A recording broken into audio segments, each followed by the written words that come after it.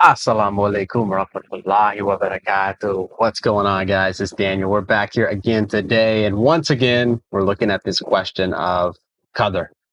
Okay, so I already made videos about this. And God bless all of you guys for reaching out to me and saying, Daniel, I'd see maybe you still don't understand it. Let me explain. You guys send me videos. You guys write stuff like big comments out explaining this stuff to me. Really appreciate you guys doing that.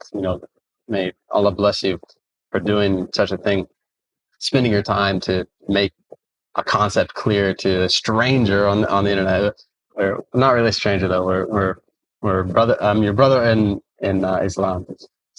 So I still find this topic very fascinating, and honestly, I find that most of the explanations for this topic are very similar, and a lot of them, I don't know, they just leave me unsatisfied. They leave me unsatisfied. They seem ambiguous and like they say, well, it's not a mystery, but then the way it's explained to me, I'm like, that seems very mysterious and like it doesn't really logically make sense, which is okay, because you know Allah knows best, and if something was good for us to understand, Allah would make it known to us, and vice versa. If something is not good for us to understand, this is going to be Allah is going to keep this to himself, right? So, um, a lot of these explanations, like for example, Zakir Naik, he explains it, and to me, he gives the explanation of this of the teacher and the student, and the teacher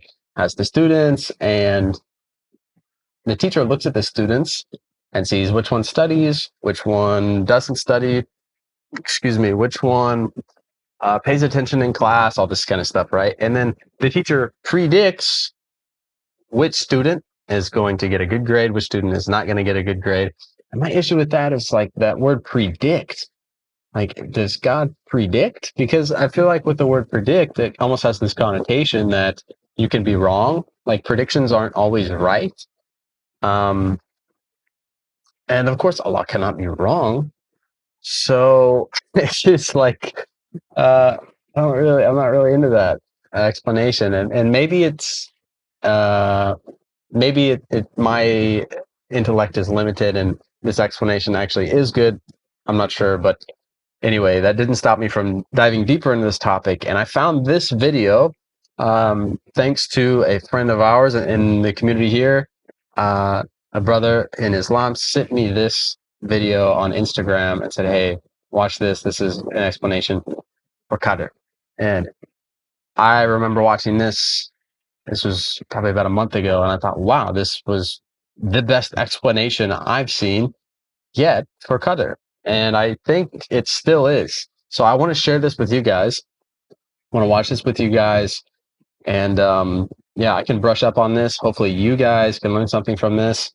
And let's get into it. It's a really quick video, just 5 minutes, a really humble video, but wallahi, it's like super simple and makes it very clear. Bismillahirrahmanirrahim. What is Qadar and Qadar in the Islamic perspective? More than 30 years ago, my ustaz described to us using this type of analogy. A robot scientist created a robot town. He programmed each robot with AI, artificial intelligence. The video and audio from the robot eyes, camera, and ears, mouth, microphone, speakers are displayed in the control room. The town has numerous rooms and street cameras so the scientists can see what daily activities are being done by these AI robots, as they are each programmed to make their own decisions. For each robot, the scientists allow whatever the robot decides for itself, with the exceptions that he has control buttons, joystick to override any action by a robot. He also has control buttons on every part of the town's infrastructure. Most times the town will run on auto as programmed. However, sometimes he will override the auto mode to make changes. He can choose and reboot any robot, reprogram it with a new set of programming language, etc. Like how he can reprogram the whole town's mechanism. He sends one robot to inform the robots in that town of a set of laws and prohibitions to follow. Some robots will diligently execute those instructions and some will ignore them. Of course, the scientist will have some robots that will eventually become his favorites. However, one of them is dangerously loitering near a metal shredding machine. If it falls into that shredder, the robot will be beyond repair. The robot parts will be useless and will have to be thrown into a furnace for melting. The scientist using his joystick caused an AI car to bump into this robot before it can fall into the shredding machine. The robot suffered a leaking oil tube. The robot is sent to the repair workshop where the leaking tube is fixed. The robot, being an AI, will take note of this incident into its memory and decision-making experience. This robot will warn other robots not to loiter near the shredding machine. This makes the scientists like this robot even more. On one incident, some mischievous robots burned some materials that causes the town to be smoky. The scientists turned the ventilation fans to higher speed to get rid of the smoke. All the actions of these robots are recorded and stored in terabytes upon terabytes of data storage. He can just do a search in the database to see each robot's past actions. Those robots that are mischievous and evil, he will allow them to fall into the shredding machine and no robot can argue with him. Those robots that he likes, he will transfer them to Robot Town version 2.0, which is an upgraded version of the old town.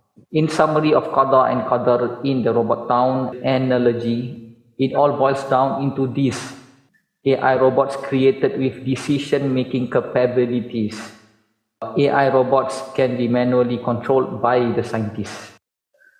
The scientist's decision of allowing or controlling. The robots having free will but subjected to being controlled by the scientists. Humans having free will and at the same time submit to Allah's controls. The balance between free will and controls is a mystery that only the Creator knows. Yeah, I like that he mentions that, and that, just highlights the fact that every explanation I see of this, it's always basically alluded to that it is a mystery. There is a part of Qadr that is just a mystery, and we just really can't understand it, and that's okay, because if something is good for us to know, Allah will reveal it to us, and vice versa. If something is not good for us to know, Allah is going to keep this from us. So it's okay if something is a mystery. That's okay. There's nothing wrong with that. I think some people say, "Oh, it's not a mystery. It's not, Daniel. It's not a mystery. We can explain this. We can explain this." They're quick to want to explain stuff, and that's good sometimes. But I think other times there are things that are better for us not to know. I think Qadr is one of them. So okay, let's keep watching. Certain aspects of human life are fixed, pre-programmed by the Creator. Example, when you are born, who are your parents? Who are your spouses? Who are your children? How much worldly daily provisions you are getting? How long is your stay in this world? Many ustads said, based on hadith, that we can ask for more on points 5 and 6 mentioned above. How much worldly daily provisions you are getting, the risk, how long is your stay in this world. Example, let's say you join a company that offered you $2,000 salary a month.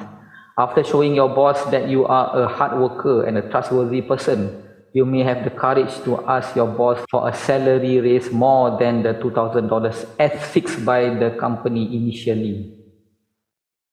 But if you are slow and unproductive, you will not have the cheek to ask for a raise.